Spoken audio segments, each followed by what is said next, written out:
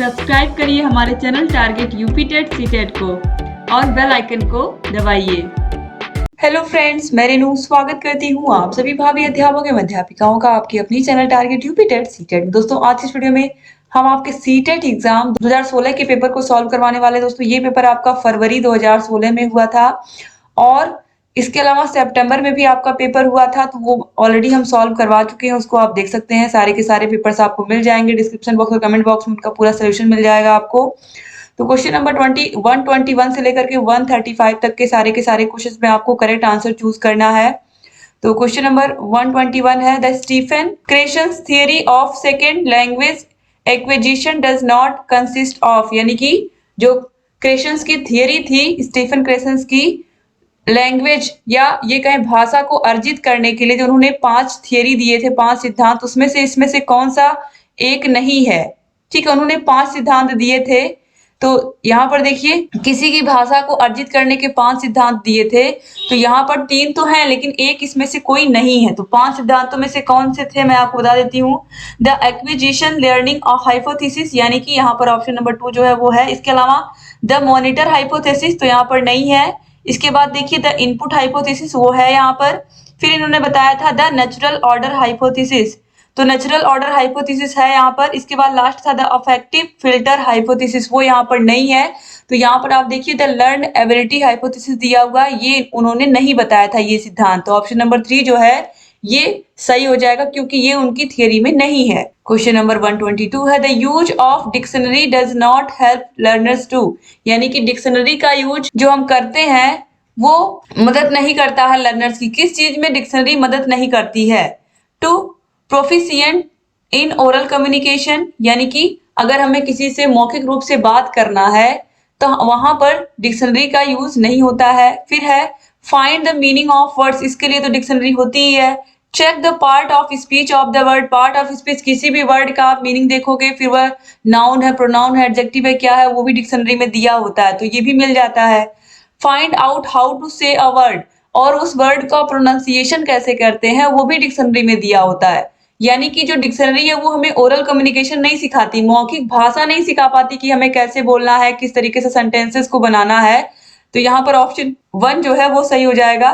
Question number 123 है, the constructivism is language learning focus on, तो जो संरचनावादी हैं उन्होंने जब बच्चा सीखता है तो उन्होंने किस चीज पर फोकस करने को कहा? जो कंस्ट्रक्टिविस्ट होते हैं, यानी कि जो संरचनावादी हैं, उन्होंने सीखने को किस तरीके से डिफाइन किया है? Engaging learners in exploring new knowledge, the role of imitation, memorising grammar rules, तो रूल्स को रटना नहीं है, रटने वाली बात जहां भी होगी वो ऑप्शन तुरंत गलत हो जाएगा। The dominant role of the teacher in the classroom, तो दोस्तों यहाँ पर जो सही तरीका, जैसे ही आप देखोगे कंस्ट्रक्टिविज्म, वहां पर आप तुरंत समझ जाओगे कि जो संरचनावादी है उन्होंने क्या कहा है कि बच्चे अपने ज्ञान का निर्माण खुद करेंगे। तो engaging learners in exploring new knowledge, यानी कि बच्चों को हम क्या करेंगे? इंगेज करके रखेंगे, किस लिए? ताकि वो नए नए ज्ञान का क्या कर पाए, वो अपने ज्ञान का निर्माण खुद कर पाए। जहां पर भी आप कंस्ट्रक्टिविज्म देखोगे, संरचनावादी दृष्टिकोण देखोगे, वहां पर तुरंत आपके दिमाग में आना चाहिए कि अपने ज्ञान का निर्माण करना है, यानी कि खोज प्रवृत्ति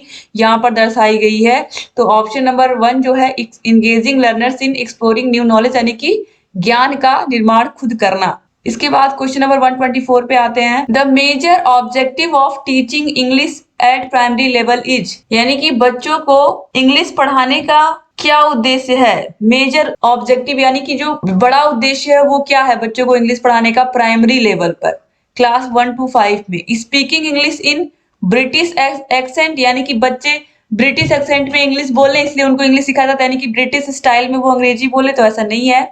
scoring good marks in the exam, exam में अच्छे नंबर लाए इसलिए उनको प्राइमरी लेवल पर अंग्रेजी पढ़ाई जाती है, ऐसा बिल्कुल नहीं है।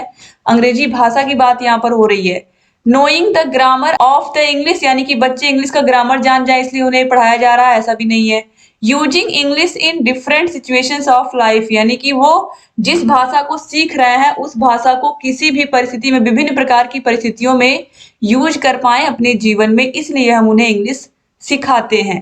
क्वेश्चन नंबर 125 है, in learning a language students talking time should be increased because, जब हम किसी भाषा को सीखते हैं तो बच्चों के बात करने का जो समय है उसे इंक्रीज कर देना चाहिए। क्यों इंक्रीज कर देना चाहिए? क्योंकि उसके रीजंस यहाँ पर बताए गए हैं। Teachers feel relaxed while students are talking, यानी कि जब बच्चे बात कर रहे होते तो टीचर रिलैक्स फील करते हैं। ऐसा बिल्कुल नहीं है कि टीचर आराम करते हैं जब बच्चे बात करते हैं। फिर है they enjoy spending time talking with their friend, बच्चे इंजॉय करते हैं टॉकिंग विद देयर फ्रेंड्स। ऐसा बिल्कुल नहीं है कि इंजॉय करने के लिए शिक्षक उनके टाइम को एक्सपेंड करते हैं। फिर है they can learn the correct pronunciation from each other, तो ये भी नहीं सही है दोस्तों, क्योंकि जहां पर भी प्रोनाउंसिएशन की दिक्कत होगी, कोई भी दिक्कत होगी, उसके लिए टीचर है क्लास में। फिर है they use the target language for various purpose, यानी कि वो विभिन्न प्रकार के उद्देश्यों के लिए किसका यूज करते हैं? टारगेट लैंग्वेज, यानी कि जिस लैंग्वेज को वो सीख रहे हैं। जैसे कि यहाँ पर अगर इंग्लिश की बात कर ले हम, कि बच्चे अगर इंग्लिश सीख रहे हैं और टीचर ने उन्हें टाइम दे दिया है इंग्लिश में टॉक करने के लिए, उन्होंने इस टाइम को भी इंक्रीज कर दिया है ताकि बच्चे आसानी से उस भाषा को सीखें। तो वो बच्चे जितना प्रैक्टिस करेंगे उस भाषा की, तो वो किसी भी सिचुएशन में क्या कर लेंगे, उसको आराम से डिफरेंट सिचुएशंस में भी उस भाषा में वो टॉक कर लेंगे। ठीक है, तो टॉकिंग स्किल जो है वो बहुत जरूरी है। टॉकिंग, बच्चे जो भी भाषा सीख रहे हैं उसमें वो बात करें, ये बहुत जरूरी है। Question number 126, a teacher of class 5 is planning to teach grammar, which one of the following might be a good strategy for teaching grammar. एक क्लास 5 की टीचर है, वो ग्रामर पढ़ाने की प्लानिंग कर रही है, बच्चों को ग्रामर पढ़ाने की।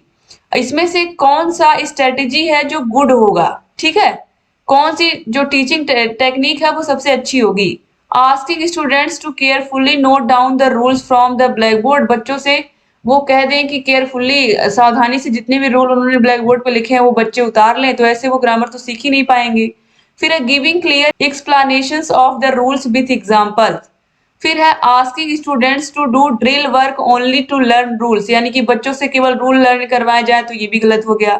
Giving the practice of grammar in context as a strategy, यानी कि जो ग्रामर की प्रैक्टिस है वो एक स्ट्रेटेजी के थ्रू करवाई जाए। तो दोस्तों यहाँ पर जो ऑप्शन नंबर 2 है, जब बच्चों को हम ग्रामर पढ़ा रहे हैं, टीचर ग्रामर पढ़ा रही हैं, तो वो कोई भी एक्सप्लेनेशन जब वो दे रही हैं क्लियर, पहली बात तो जो एक्सप्लेनेशन जो भी वो बोल रही है वो क्लियर बोलने के अलावा उसको रूल्स, जितने भी रूल्स वो बता रही है उसको एग्जाम्पल के द्वारा बताएं, विथ एग्जाम्पल्स बताएं।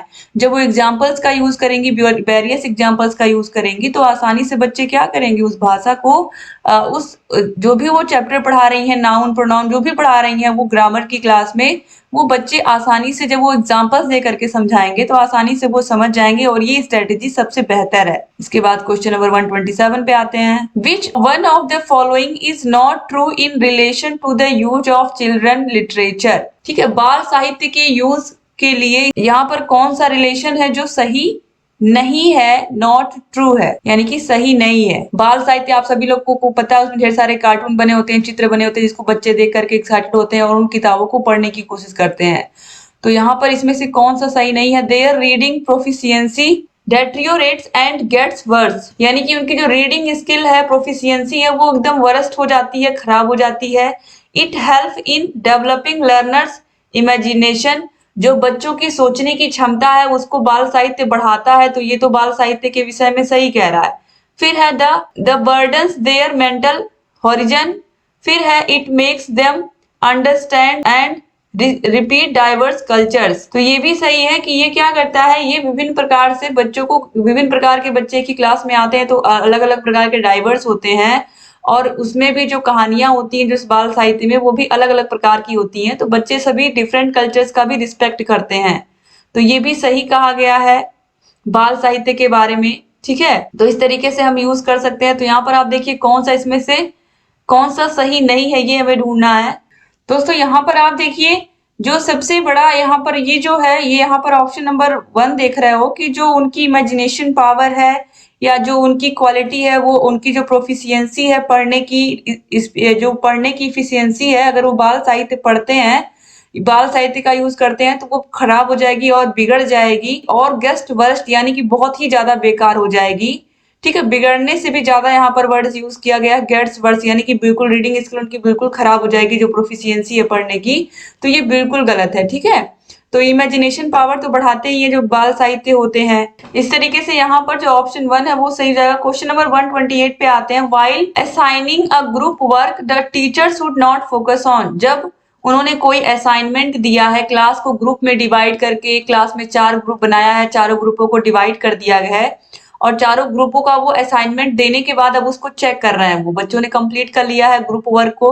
मान लीजिए एक ग्रुप में 5-5 बच्चे हैं, इस तरीके से, ठीक है। तो देखिए यहाँ पर टीचर को क्या नहीं करना चाहिए, कोऑपरेटिव लर्निंग प्रोसेस ये तो होना ही चाहिए, बच्चों को कोऑपरेट तो करना ही है। असाइनिंग ईच चिल्ड्रंस वर्क, एक एक बच्चे का वर्क देखेंगे। टेकिंग इनिशिएटिव्स इन वर्क, फिर है शोइंग कॉन्सर्न फॉर अदर्स, तो ये सब कॉन्सर्न करना बच्चों से, बच्चों के जो उन्होंने इनिशिएटिव वर्क किया है उसके बारे में टॉक करना। या फिर यहाँ पर जो ईच चिल्ड्रंस वर्क, चूंकि जब हम समूह में कार्य कर रहे हैं तो कोई भी चीज होगी तो वो ग्रुप के सारे बच्चों को लेकर के ही हम करेंगे, अलग अलग यहाँ पर एक एक बच्चे का असाइन नहीं करेंगे, पूरे ग्रुप का एक साथ करेंगे। तो इसीलिए यहाँ पर इस तरीके से फोकस नहीं करना टीचर को, तो ऑप्शन 2 जो है वो सही हो जाएगा। क्वेश्चन नंबर 129 है, a diagnostic test in English will help the language teacher to identify. Diagnostic test क्या होता है, मैंने बार बार आप लोग को एग्जाम्पल से समझाया है। जब कोई डॉक्टर के पास जाता है तो डॉक्टर, जब कोई बीमार हो तो डॉक्टर क्या लिखते हैं, टेस्ट लिखते हैं। उसी टेस्ट को हम क्या कहते हैं, डायग्नोस्टिक भी कह सकते हैं। क्यों? क्योंकि जो टेस्ट होता है वो टेस्ट में पता चलता है कि आपको क्या दिक्कत है, कहाँ पर प्रॉब्लम है, और फिर उसी के अनुसार आपका उपचार होता है, आपको दवा मिलती है, ठीक है। तो यहाँ पर जो डायग्नोस्टिक टेस्ट है ये क्या करता है, ये पता लगाता है कि बच्चे को किस किस विषय में कहाँ कहाँ डिफिकल्टी आ रही है और उस डिफिकल्टी को दूर किया जाता है उपचारात्मक शिक्षण के द्वारा, ठीक है। तो यहाँ पर आप देखिए, तो जो भी उनकी लर्निंग डिफिकल्टीज हैं बच्चों की, learning difficulties the learner faces in English, यानी कि जो भी बच्चे इंग्लिश पढ़ने में दिक्कत होती है उन्हें इंग्लिश भाषा में, उन डिफिकल्टीज का पता लगाने के लिए, ठीक है। तो यहाँ पर ऑप्शन नंबर 2 जो है ये सही हो जाएगा, ठीक है। इसके बाद यहाँ पर आगे बढ़ते हैं हम क्वेश्चन नंबर 130 पर। While teaching English, a teacher is not able to draw attention of some students sitting at the back she should, यानी कि यहाँ पर कहा जा रहा है कि एक टीचर है वो इंग्लिश पढ़ा रही हैं और कुछ बच्चे जो पीछे बैठे हुए हैं वो ध्यान नहीं लगा रहे हैं, वो क्लास में सही से ध्यान नहीं लगा रहे हैं, जो भी वो पढ़ा रही हैं उनका ध्यान वहां पर बिल्कुल नहीं है। तो ऐसे बच्चों के लिए टीचर को क्या करना चाहिए, stop explaining the concept and start dictating the notes to students, फिर है scold them for not paying attention, ignore them and carry on, या फिर engage them by asking questions and evaluating her teaching method. यानी कि यहाँ पर देखिए कहा गया है कि अगर वो बच्चे क्लास में इंटरेस्ट नहीं ले रहे हैं जो पीछे बैठे हुए हैं, तो अगर क्लास में अक्सर आपने देखा होगा जो बच्चे ध्यान नहीं लगाते हैं क्लास में, जब टीचर पढ़ा रहे तो टीचर अचानक से उनको खड़ा कर देते हैं और उनसे क्वेश्चंस पूछने लगते हैं कि उन्होंने अभी तक क्या पढ़ाया है, बीच में से कोई क्वेश्चन पूछ लेते हैं। तो ऐसे बच्चे अगर ध्यान से उन्होंने सुना होता तो बताते, अगर ध्यान से ऐसे बच्चों ने नहीं सुना होता है तो मान लीजिए ये वही बच्चे हैं जो क्लास में अटेंशन से होकर के ध्यान लगा करके नहीं सुन रहे होते हैं, तो ऐसे बच्चे आंसर कैसे दे पाएंगे। इसके अलावा दूसरा चीज ये भी हो सकता है कि टीचर जो है वो अपने टीचिंग मेथड का, जो जिस टीचिंग मेथड का वो प्रयोग कर रहे हैं उस पर एक बार वो फिर से विचार करें कि आखिर में उन बच्चों को ये सेशन बोरिंग क्यों लग रहा है, या जो चैप्टर वो पढ़ा रहे हैं वो बोरिंग क्यों लग रहा है, ठीक है। तो वो अपने अपने शिक्षण पर भी वो काम करेंगे, अपने टीचिंग स्किल पर भी, अपने जो उनकी टीचिंग मेथड है उस पर भी वो काम करेंगे, और बच्चों से क्या करेंगे, क्लास में बीच में क्वेश्चंस भी पूछते रहेंगे कि आखिर में उनका ध्यान क्यों नहीं है। तो ऑप्शन नंबर 4 जो है, जो भी बच्चे ध्यान नहीं दे रहे हैं सबसे पहला काम यही करना है कि उनको क्वेश्चन पूछ करके एंगेज रखना है क्लास में। जब आप क्वेश्चन 1-2 पूछ लोगे तो फिर वो ध्यान से सुनेंगे, अगर वो नहीं बता पाए हैं तो वो ध्यान से सुनेंगे आगे की क्लास को, टीचर आगे क्या पढ़ाने वाले हैं, फिर से पूछ लें। क्वेश्चन नंबर 131 है, when a child learns a language naturally without much practice it is called language adoption, language learning, language acquisition, या फिर लैंग्वेज जनरलाइजेशन। तो इसे हम कहते हैं लैंग्वेज एक्विजिशन, ठीक है। ऑप्शन नंबर 3 जो है ये सही हो जाएगा। क्वेश्चन नंबर 132 है, the communicative approach to teach English focus on. तो यहाँ पर कम्युनिकेटिव सा ही मतलब है कि ये जो कम्युनिकेशन स्किल है आपकी, ये जो अप्रोच है वो अच्छा बनाता है। तो यहाँ पर आप देखिए an ability to use the language appropriately, ये जो यहाँ पर ये जो ऑप्शन है, यहाँ पर linguistic competence plus an ability to use the language appropriately, तो ये जो है ये भाषाई लिंग्विस्टिक कॉम्पिटेंस यानी कि ये भाषाई क्षमता को बढ़ाता है। इसके अलावा हमारे अंदर जो भाषा को, लैंग्वेज को यूज करने की एबिलिटी है, जो हमारे अंदर भाषा को यूज करने की क्षमता है, उसको भी बढ़ाता है, भाषाई क्षमता को भी बढ़ाता है और हमारी कम्युनिकेशन स्किल को भी अच्छा बनाता है, जो कम्युनिकेटिव अप्रोच होता है। ठीक है, भाषा भी अच्छी होती है, भाषा पर पकड़ भी हमारी अच्छी होती है, तो यही है कम्युनिकेटिव अप्रोच। इसके बाद क्वेश्चन नंबर 133 पे आते हैं। Which one of the following is the most important in developing reading skill at primary level?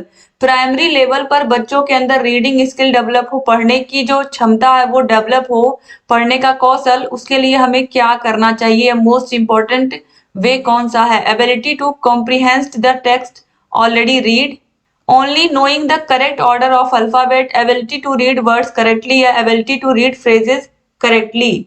तो यहाँ पर दोस्तों राइट आंसर हो जाएगा ability to comprehend the text already read, यानी कि जो उन्होंने पहले से पढ़ा होता है उन कम्प्रीहेंशन की, यानी कि जो उन्होंने पहले से पढ़ा होता है उनकी समझ उनको है। ठीक है, इतनी क्षमता है कि वो उसको समझ ले रहे हैं। तो ये क्या है, रीडिंग स्किल के लिए सबसे इंपॉर्टेंट है कि बच्चे जो पढ़ रहे हैं उसको समझ रहे हो। क्वेश्चन नंबर 134 है while reading a learner needs to, जब बच्चा पढ़ रहा है तो उसे किसकी जरूरत होती है? Translate the written symbols into corresponding sounds to grab their meaning, perceive and decode letters in order to read words, understand every word to grasp the meaning of the text, फिर है guess the contextual meaning to new words to understand the text। दोस्तों यहाँ पर right answer हो जाएगा perceive and decode letters in order to read words।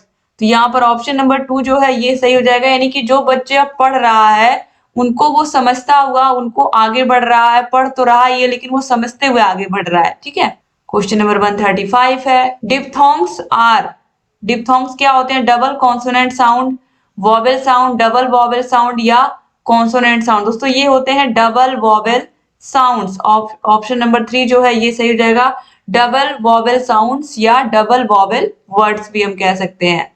अब इसके बाद क्वेश्चन नंबर 136 से लेकर के 143 तक यहाँ पर पूरा एक पैराग्राफ दिया। इस पैराग्राफ को पढ़ करके हमें आंसर करना है, तो चलिए इसको जल्दी से पढ़ लेते हैं। तो यहाँ पर देखिए, Raja Ram Mohan Roy is considered the pioneer of modern Indian renaissance for the remarkable reforms he brought about in the 18th century India, यानी कि जो राजा राम मोहन राय हैं ये इन्होंने ऐसे बहुत सारे काम किए अपने जीवन में जिसकी वजह से जो 18वीं शताब्दी है या 18th सेंचुरी है इंडिया में, उन्होंने बहुत सारे ऐसे काम किए, अपने कामों से छाप छोड़ी, जिनके बारे में यहाँ पर अभी हम लर्न करेंगे। Among his efforts the abolition of sati pratha of practice in which the widow was compelled to sacrifice herself on the funeral pyre of her husband was prominent। इन्होंने सती प्रथा का क्या किया, अंत किया, जिसमें क्या था कि जब कोई किसी औरत का आदमी मर जाता था, वो विधवा हो जाती थी, तो उस औरत को भी उसके पति के साथ उसी के चिता में जला दिया जाता था, उसको जिंदा। इन्होंने उस प्रथा को समाप्त करी। तो आप सोचिए इन्होंने कितना बड़ा काम किया था, खासकर औरतों के वेलफेयर के लिए अगर हम बात करें तो। His efforts were also instrumental in eradicating the purdah system and child marriage. इन्होंने इसके अलावा दोस्तों बहुत सारे रीति रिवाज जो ऐसे चले आ रहे थे उनको खत्म किया। इसके अलावा इन्होंने चाइल्ड मैरिज, जो बाल विवाह है, उसके लिए भी इन्होंने आवाज उठाई।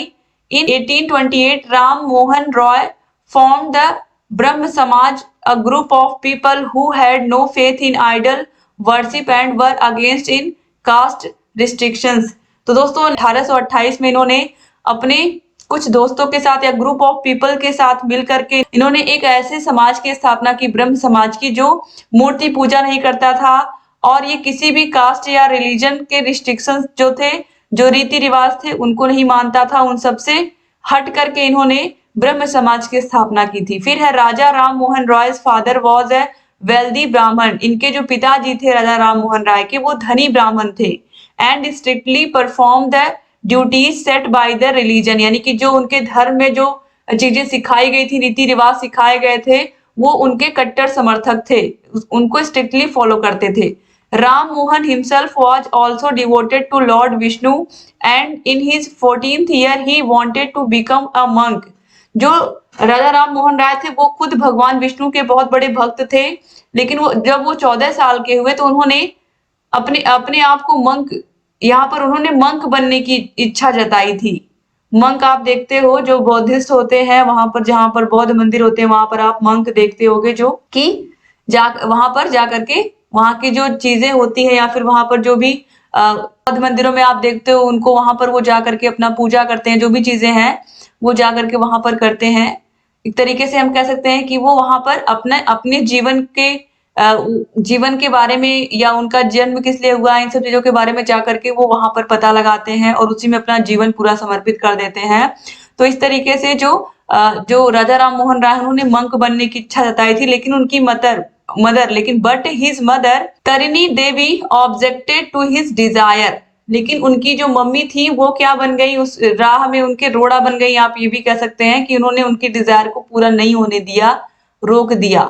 फिर है Ram Mohan viewed education as an medium to implement the social reforms, यानी कि राजा राम मोहन राय ने देखा कि जो एजुकेशन है, एजुकेशन बहुत इंपॉर्टेंट रोल प्ले कर सकता है अगर हम अच्छे से इसको लोगों तक पहुंचाएं। So 1815 Raja Ram Mohan Roy come to Calcutta and the very next year started an English college by putting in his own savings. उन्होंने अपनी खुद की सेविंग से एक इंग्लिश कॉलेज की शुरुआत की।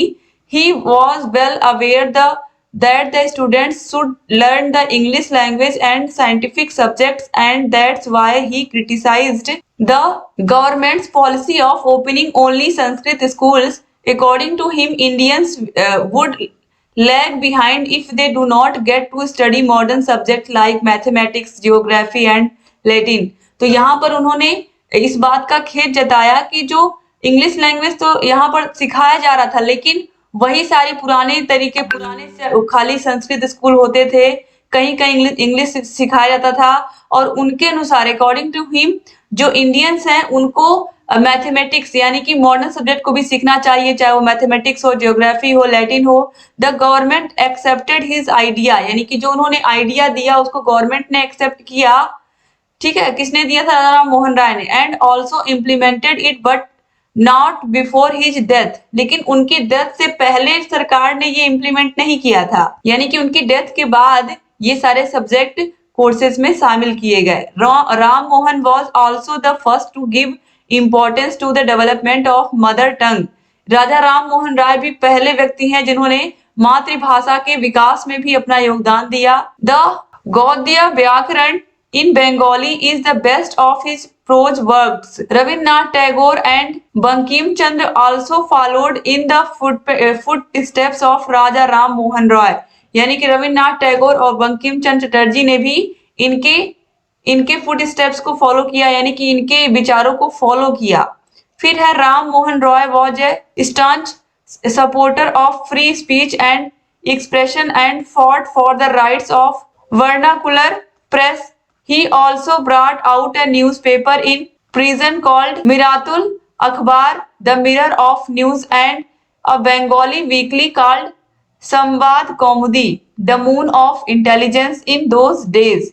ठीक है, तो यहाँ पर बताया गया है कि इन्होंने फ्रीडम ऑफ एक्सप्रेशन यानी कि फ्रीडम ऑफ स्पीच के लिए भी इन्होंने लड़ाई की कि लोग अपनी बात की स्वतंत्रता यानी कि जो उनके अंदर है वो खुल करके, क्योंकि अंग्रेजों का जमाना था आपको पता ही है, तो खुल करके लोग अपनी बातों को कह पाए न्यूज़पेपर के माध्यम से। इन्होंने उसके लिए भी क्या की थी? लड़ाई की थी। और इन्होंने कई सारे अखबार भी निकाले थे, यहाँ पर देखिए नाम भी दिया हुआ है, यहाँ पर आप देखें मिरातुल अखबार।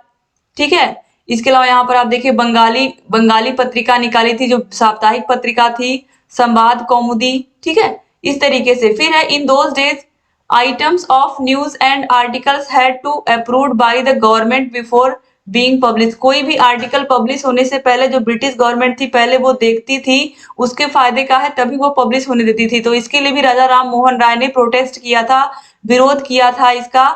This control by arguing that newspapers should be free and that the truth should not be suppressed simply because the government did not like it. यानी कि अगर गवर्नमेंट इसको पसंद नहीं कर रही है तो इसका मतलब ये नहीं कि जो सच्चाई है वो बाहर ना आए। इसके लिए भी उन्होंने लड़ाई की थी कि जो न्यूज़पेपर है उनको फ्री रखना चाहिए, वो किसी के दबाव में आकर के खबरें ना लिखें, झूठी खबरें ना लिखें, सही खबरें बताएं और जो सही खबरें हों उनको दबाया ना जाए। तो यहाँ पर तरीके से कह सकते हैं कि प्रेस की स्वतंत्रता के लिए यानी कि मीडिया की स्वतंत्रता के लिए भी इन्होंने आवाज उठाई थी। तो इन्होंने देखिए अपने जीवन में कितना काम किया है। अब चलिए यहाँ पर हम क्वेश्चंस को देख लेते हैं। क्वेश्चन नंबर 136 है, Raja Ram Mohan Roy is known for his, किसके लिए वो जाने जाते हैं? Literally reforms, political reforms, social reforms या इकोनॉमिक रिफॉर्म्स? तो सोशल रिफॉर्म्स, समाज सेवा के लिए वो जाने जाते हैं, समाज की बेहतरी के लिए उन्होंने काम किया। क्वेश्चन नंबर 137 है, When he was a teenager, Raja Ram Mohan Roy expressed his desire to become, जब वो 14 साल के थे आपने देखा था तो वो क्या बनना चाह रहे थे? मंक बनना चाह रहे थे। तो यहाँ पर ऑप्शन 1 में ही दिया है, ऑप्शन 1 सही हो जाएगा। क्वेश्चन नंबर 138 है, Raja Ram Mohan Roy believe that the Indians would lag behind if they. दोस्तों यहाँ पर देखिए लिखा है, राजा राम मोहन राय ने क्या बिलीव किया था? उन्होंने ये कहा था कि इंडियन बहुत पीछे हो जाएंगे, लैग बिहाइंड पीछे हो जाएंगे, if they did not study modern subject, अगर वो मॉडर्न सब्जेक्ट को नहीं पढ़ेंगे। ये किसने कहा था? ये राजा राम मोहन राय ने ही कहा था कि इंडियंस को भी क्या करना चाहिए? ये इन सब्जेक्ट को पढ़ना चाहिए। According to him Indians would lag behind if they do not get to study modern subjects like mathematics, geography and Latin. तो यहाँ पर मॉडर्न सब्जेक्ट में मैथमेटिक्स, जियोग्राफिक्स, लैटिन की पढ़ने की बात हुई थी, तो ऑप्शन 3 सही हो जाएगा। क्वेश्चन नंबर 139 है, राजा राम मोहन रॉय स्ट्रांगली सपोर्टेड, किसको उन्होंने स्ट्रांगली सपोर्ट किया था? आप सभी को पता है फ्रीडम ऑफ स्पीच को, क्योंकि यहाँ पर पूरी बातें ही सिर्फ अखबार को लेकर के ही लिखी गई हैं। इतनी पूरा जो लास्ट वाला पैराग्राफ है, freedom of speech and expression, अपनी बातों को खुल करके कह पाना, अपने भावों को, विचारों को खुल करके कह पाना। इसके बाद क्वेश्चन नंबर 140 है, the word eliminating most nearly means, eliminating का जो यहाँ पर मोस्ट नियरली मीनिंग है, यानी कि एक तरीके से कह सकते हैं सिमिलर वर्ड, इनमें से कौन सा है? तो इलिमिनेटिंग का मतलब क्या होता है? किसी को बाहर निकालना, इलिमिनेट कर देना। तो इराडिकेटिंग हो जाएगा, बैनिंग हो जाएगा, या डिसमिसिंग हो जाएगा, या बैनिशिंग हो जाएगा। दोस्तों राइट आंसर है इराडिकेटिंग हो जाएगा, इलिमिनेटिंग का नियरली मीन। इसके बाद क्वेश्चन नंबर 141 है, the word which is opposite in meaning of encouraged is, encourage का मतलब क्या होता है? साहस, साहस का अपोजिट मिसलीड, डिसहर्टेंड, सप्रेस्ड या फिर क्रस्ट। तो यहाँ पर हो जाएगा डिसहर्टेंटेड। यहाँ पर ऑप्शन नंबर 2 जो है दोस्तों ये सही हो जाएगा। क्वेश्चन नंबर 142 है, which part of speech is the underlined word in the sentence given below? He was a staunch supporter of free speech and expression. तो ये जो फ्री है ये क्या है? स्वतंत्र। कंजक्शन है, नाउन है, एडवर्ब है या एडजेक्टिव है? तो इसको देख करके हम बता देंगे कि ये एडजेक्टिव है, सब्जेक्ट के आगे आया है ये। तो ये क्या हो जाएगा? सब्जेक्ट की विशेषता बता रहा है। स्पीच है, बोलना है, लेकिन स्वतंत्र बोलना है। बोलने की विशेषता, बोलना कैसे? स्वतंत्र होकर के, फ्री होकर के, तो ये एडजेक्टिव हो जाएगा। क्वेश्चन नंबर 143 है, Raja Ram Mohan Roy viewed education dash dash dash the voice in this above sentence has been correctly changed in। तो वॉइस यानी कि एक्टिव में दिया, इसको पैसिव में जब हम चेंज करेंगे तो यहाँ पर आप देखिए जो एजुकेशन है वो तो पहले आ ही जाएगा। फिर यहाँ पर देखिए व्यूड एजुकेशन, व्यूड से पता चल रहा है कि ये पास्ट इंडिफिनिट में है और यहाँ पर वॉज या वर का प्रयोग होगा, तो यहाँ पर वॉज का प्रयोग होगा। तो देखिए यहाँ पर किस सेंटेंस में वॉज लगा हुआ, तो एजुकेशन के साथ वॉज आप देख रहे हो चौथे में लगा है। फिर सेकंड फॉर्म ही रहेगा वर्ब का, चूंकि वॉइस है। थर्ड फॉर्म रहेगा तो यहाँ पर व्यूड हो गया। फिर उसके बाद यहाँ पर यही सारी चीजें उतर जाएंगी, तो एजुकेशन वॉज व्यूड जो है ये सही हो जाएगा। इसके बाद फिर एक पैराग्राफ है, इस पैराग्राफ को भी हम देख लेते हैं। यहाँ पर क्वेश्चन नंबर 144 से लेकर के 150 तक के क्वेश्चंस को पढ़ना, और ये बहुत ही आसान है। Your body is made up of 60% water and you loss the essential fluid every minute of every day as you breathe, digest and hopefully work up a sweat. यानी कि जो हमारा जो शरीर है वो 60% यहाँ पर वाटर है, और यहाँ पर बताया जा रहा है कि जो हमारा शरीर है, हम कोई भी काम करते हैं, सब सारे फंक्शन में जो पानी है उसकी जरूरत होती ही होती है। It is important that you put back every drop starting now, drink enough 230 ml glasses of water every single day. 230 ml water तो हर हाल में पीना ही पीना है। That's the minimum your body needs, इतना तो हर हाल में वो बॉडी को चाहिए ही चाहिए, कम से कम जितना हमारी बॉडी को, इससे कम अगर हो जाएगा तो बहुत दिक्कत हो जाएगी, डिहाइड्रेशन हो जाएगा। That it is non negotiable sugar survey hydration मंत्र।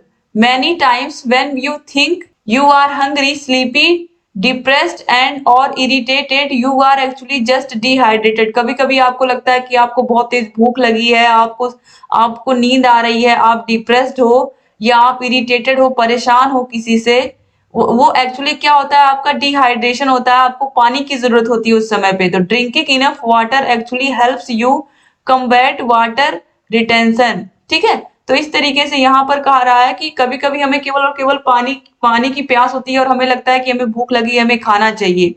Sounds counter intuitive but think about if you are running around in a semi dehydrated state all the time, your body is going to hang on to every single drop, giving you that puffy unhealthy appearance। तो अगर आपके अंदर पानी की कमी होती है तो आप बहुत ज्यादा थके हुए महसूस होते हो, पफी अनहेल्दी दिखते हो।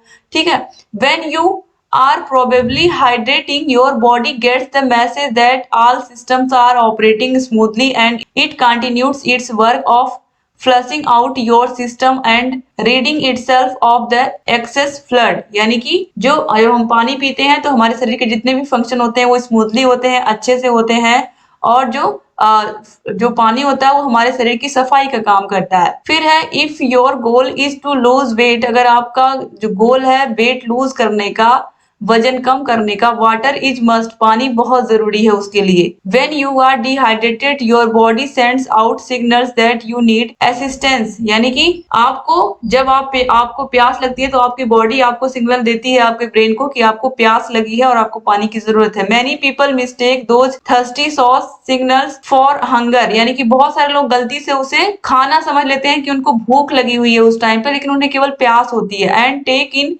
हंड्रेड्स ऑफ एक्स्ट्रा कैलोरीज, और इसकी वजह से वो एक्स्ट्रा खा लेते हैं, उन्हें लगता है कि भूख लगी, जबकि उन्हें लगती केवल प्यास है, लगी होती केवल प्यास है, लेकिन वो खाना खा लेते हैं। They also don't solve the real problem thirst, यानी कि जो उनकी रियल प्रॉब्लम होती है प्यास, वो उसको नहीं शांत करते। Drinking water can be a powerful appetite suppressant and allows you to cue into your real hunger. तो इस तरीके से जो ड्रिंकिंग वाटर है एक तरीके से क्या करता है, आपके वजन को भी कम करने में मदद करता है और आपके हंगर को भी शांत करने में, रियल हंगर को मदद करता है। Your body also needs plenty of water for proper digestion so you can get the most from of the foods you eat. You are less susceptible to food cravings when your stomach is full and you are getting all the nutrients you need. Drink 2 glasses of water before every meal.